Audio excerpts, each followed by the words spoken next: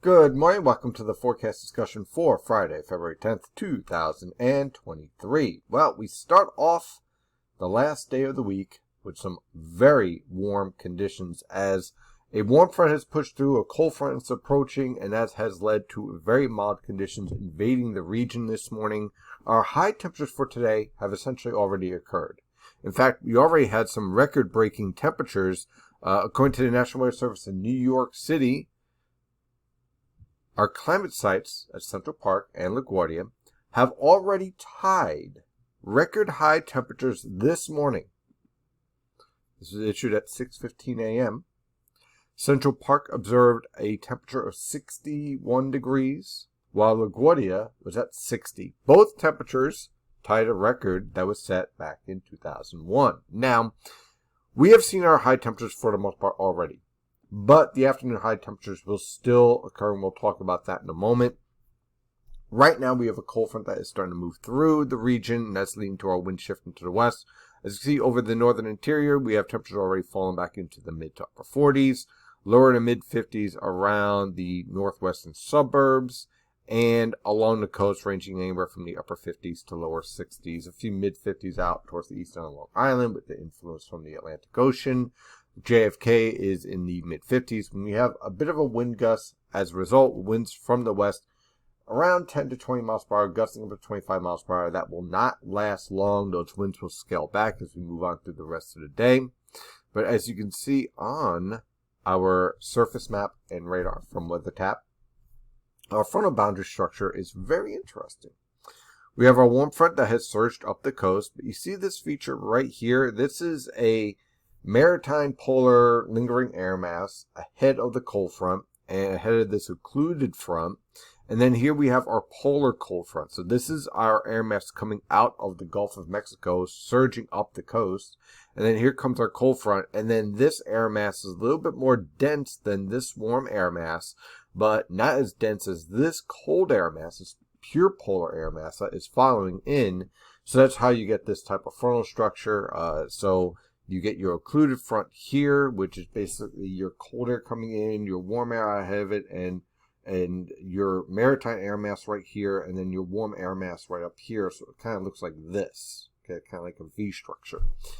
And so that's how you end up with your occluded front, and then that's how you also get the stationary front, which is basically trying to fight against this warm air, but all of this gets cleared out by this cold front. So frontal structure, it's always fun. It's something that is a bit of a challenge when you start out in Met 101 trying to figure out all these different air masses and trying to draw them out by hand. Yes, we used to draw this out by hand, not just use computer models and guidance. So interesting stuff here. And then this trough right here comes behind as kind of a secondary cold front behind our stronger primary low pressure system up here in the St. Lawrence River Valley. A few isolated showers would be possible with this frontal passage, but that's pretty much about it.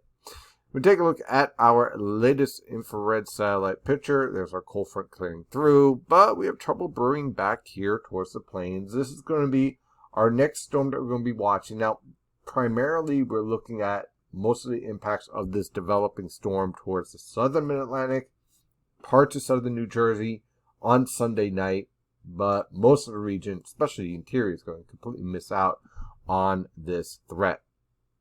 So let's dive into this forecast. For today, our cold front moves through.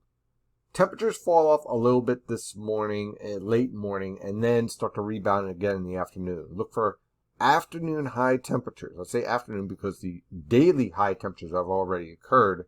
Will range from the upper 40s to lower 50s over the northern interior, mid 50s along the coast after we've cooled down a little bit from this cold front passage, and then we rebound again.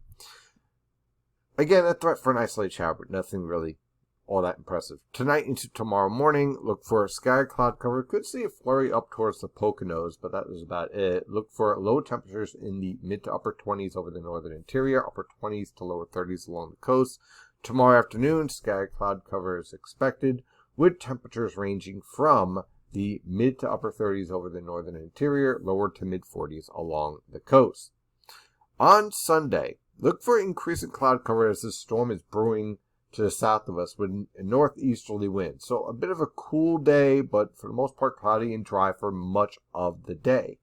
Look for temperatures to start off in the upper 20s to lower 30s throughout the region. High temperatures will rebound into the mid 40s. So everyone is above freezing. No threat for any type of frozen precipitation. Sunday night and on Monday, this low pressure system will be passing to the south and east of the region. Best potential for steady heavy rainfall, talking about a half an inch, maybe an inch of rain at most, basically from Atlantic City on southward through Cape May into the Delmarva Peninsula. North and west of there, basically the I-95 corridor, say from Philadelphia to New York City and then to Long Island, a few scattered showers, maybe a tenth of an inch of rain, if that, and then northwest of that, bone dry. Plenty of dry air, not much really going on. By the time we get to Sunday morning, that storm is clearing out. Your low temperatures on Monday morning will range from the upper 20s to lower 30s over the northern interior, where you pretty much going to have clear skies and temperatures are going to be able to fall. Mid to upper 30s along the coast. Again, anywhere where it's actually raining is going to remain above freezing. So there's no threat for frozen precipitation here. By the time we get to Monday afternoon, we see clearing skies and temperatures rebounding into the upper 40s throughout the region.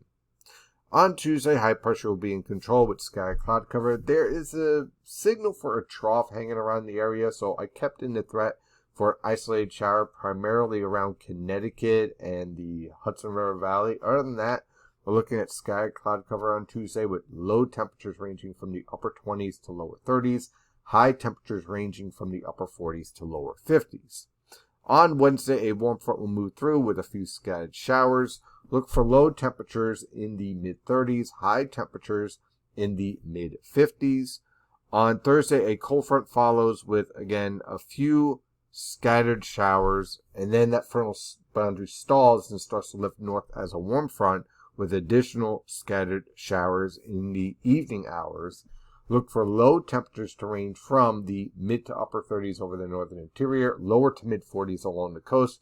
High temperatures, you're going to love this, mid to upper 50s on the immediate coast, mid to upper 50s over the interior. The Delaware River Valley, upper 50s to a few mid 60s can be expected. On Friday, a cold front moves through with periods of rain, heavy at times, possibly some embedded thunderstorms. I'll have to keep an eye on that. Look for low temperatures to range from the mid to upper 30s over the northern interior, lower to mid 40s in your suburbs, mid to upper 40s in your urban areas.